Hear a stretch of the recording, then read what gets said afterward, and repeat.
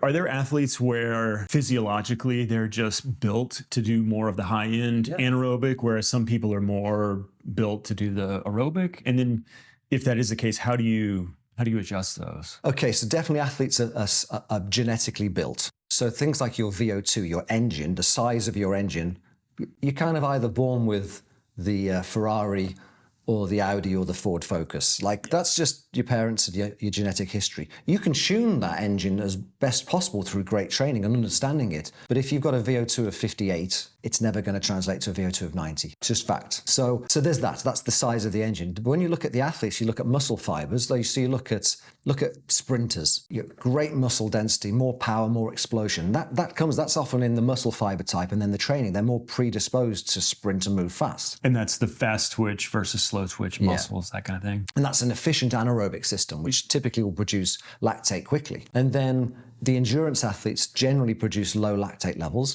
because their body is very efficient at just metabolizing it. But the best way to look at it as a user is low lactate, super aerobic, high lactate, super anaerobic. How do I blend those for my sport?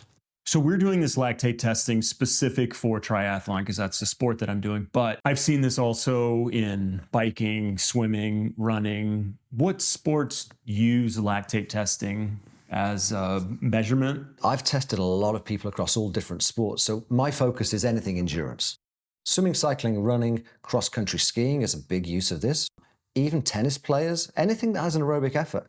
Soccer players. Things where endurance is required. So if you look at the conditioning and fitness of tennis players and football, English football players, it's a superb level of fitness. Now they're playing 90 minutes, that's an aerobic sport, and they've got to sprint, recover, and keep going. So this is really relevant for anyone who's doing anything endurance-wise. I want to talk about zones because there's a lot out there about zones, and I feel like they're not all talking about the same thing. And then one of the things, having done this test with you before, that you get is you start to get your zones, and they're like lactate zones. So I guess I want to start off with just a overall talk about zones and what they are and what it means. So the purpose of training zones is to be able to hone in and focus on developing a certain part of your physiology and to have a clear focus that when you're doing a training session in a set zone, you're developing this component of you. So there's the classic zones would be zone 1 is more like recovery. Classic zone 2, aerobic endurance. Zone 3, kind of tempo or advanced conditioning, advanced aerobic endurance. Zone 4 is like threshold. We'll talk about threshold more. And zone 5 and above is that sort of VO2 and power training. So the zone 2 that you always hear Peter Attia talking about is that aerobic sort of base level? Exactly. It's the most important zone really for anybody for fitness. Because, and this is where you see like things like the 80-20 rule, 80% of your time doing endurance work and 20% harder work. It crosses over from world-class athletes to sort of beginner athletes.